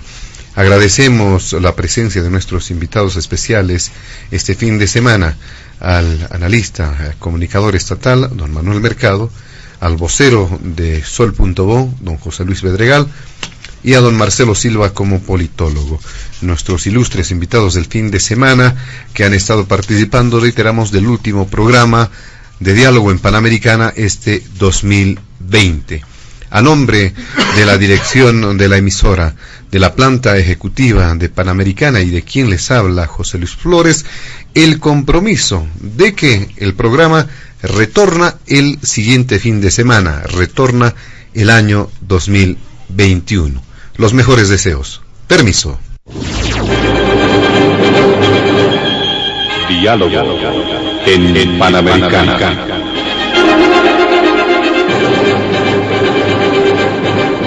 La radio agradece por la atención prestada al programa de hoy. Les invitamos a la próxima entrega del Departamento Periodístico de Panamericana, cuando anunciemos.